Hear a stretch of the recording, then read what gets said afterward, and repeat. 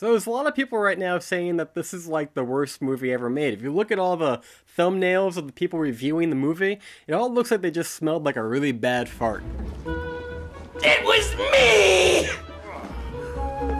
But they're completely wrong. These are the same critics that thought that Frances McDormand walking around a trailer park and crapping into buckets was a good movie. So I think time will tell. Let's talk about Cherry.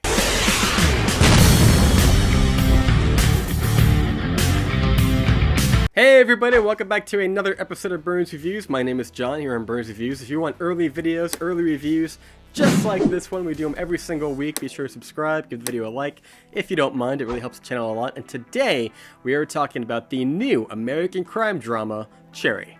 Cherry, played by Tom Holland, drifts from college dropout to army medic in Iraq, anchored only by his one true love, Emily, played by Ciara Bravo. But after returning home from the war with PTSD, he resorts to self-medicating with heroin and opiates before eventually taking to knocking over banks to feed his habit. Alright, so this is a movie I was really looking forward to. It's a new movie, it's an Apple original. A lot of people don't have Apple. I would highly recommend it. They got great shows like Ted Lasso. They got Palmer with Justin Timberlake. A lot of good stuff on Apple. I think people need to jump on that right away. But this is a movie that I was looking forward to. I like Tom Holland. I think he's a great Spider-Man. He's my favorite. And I really wanted to see if he could actually act. And oh my god, can he act. You see a whole range. He is superb. And I really think that this is going to get him an Oscar nomination. I don't think he'll win it. I don't think Best Picture will win it either. You know, you have that poster where it's like, for your consideration, Best Picture. I don't see it winning, especially since all the critics just came out with the very poor reviews. Let's just touch on that real quick. What they're saying about this movie, as far as it not being good, is that it's not consistent with the storytelling, and it's been done before. Which I think is a really unfair way to grade a movie. I mean, every reviewer I see says like, well, this has been done before in Goodfellas. Okay. Goodfellas was 30 years ago. Meanwhile, like, Joker is like, everybody loves that Joker movie. It's a carbon copy of Taxi Driver. You can do something that's been done before as long as it carries its own weight. But I do enjoy that genre of film. This movie reminds me a lot of the movie Blow, and it reminds me a lot of the movie Lord of War with Nicolas Cage, both of which take place over the course of many years. You know, there's a lot of fourth wall breaking, a lot of snarkiness, a lot of narration, and it works. I like it. So let's go right into the positives. This movie is a lot of fun to watch. Granted, the second half can be a little bit more melodramatic, but I could definitely see this being a movie that would get Tom Holland a nomination. And like I said, I don't mind it being like Goodfellas or Lord of War or Blow. You know, I enjoy those movies.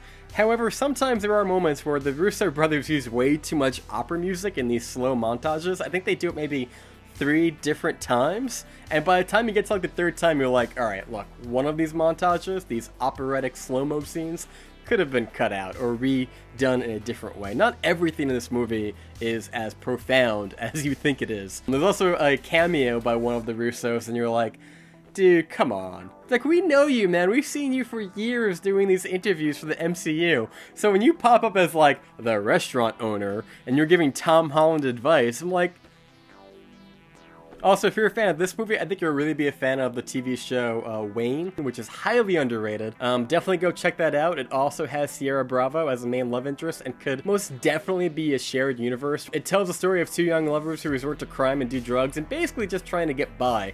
Now, granted, the characters in Wayne have better morals and they're not drug addicts, but they are good people who end up on the wrong side of the law, and just go check it out. I love it. I want Amazon to renew it for season 2. Definitely go check it out. I also really like the dialogue in this movie. I feel like this is the way somebody between the ages of 18 and 21 does talk. It really captures how awkward it is to date during those college type years, and yeah, usually when we watch a show like this, it always sounds like a 45-year-old screenwriter.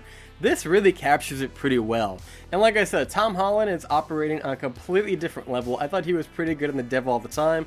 This is even better. This kind of reminds me of Robert Pattinson in Good Time, which I don't understand why people aren't giving him his due. He really does elevate it. We get to see him stretch his acting chops and play this character on so many different emotional levels.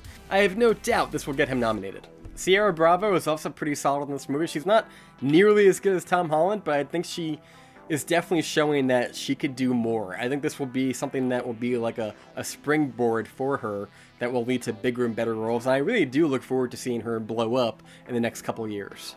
As far as the negatives, there are a couple. Like people have already said, we have seen this kind of story before. Every chapter feels very distinctively different, which I don't think is a negative, but some people will see it that way, especially if they try to watch it on one sitting. I can see that being a little jarring. It does borrow from other movies like like Jarhead, Trainspotting, stuff like that. But all in all, I feel like this was a very enjoyable film. I had fun with it. I didn't try to sit there with a clipboard and go, negative points for this. I just enjoyed it.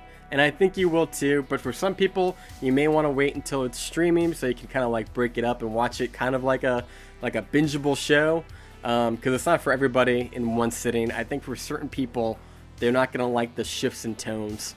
So there is that. And then also, you do have one too many operatic scenes of setting slow motion to these big opera scores, and it's not nearly as profound as they think it is. So with that all said, I highly recommend Cherry, whether you go see it in theaters or on Apple TV. It comes out today, and it will be, I think, on Apple TV come March 12th. Yeah, March 12th it'll be out on Apple TV, and I'm going to give the movie Cherry an A. I know that's not a popular opinion, but you know what? I think time will tell on this movie. I think people are a little bit bandwagging this movie, going, oh, well, the other critics gave it a negative score, I'm going to give it one too. And if you don't compare it to every other movie from 30 years ago, I think you can have a good time with it. And yeah, movies are back, baby. It has been a long 2 months. January and February have been kind of rough watching these movies, but I feel like this is the beginning of, we're going to go into March, we're going to get all these other movies coming out soon, movies are going to pick back up, and yeah.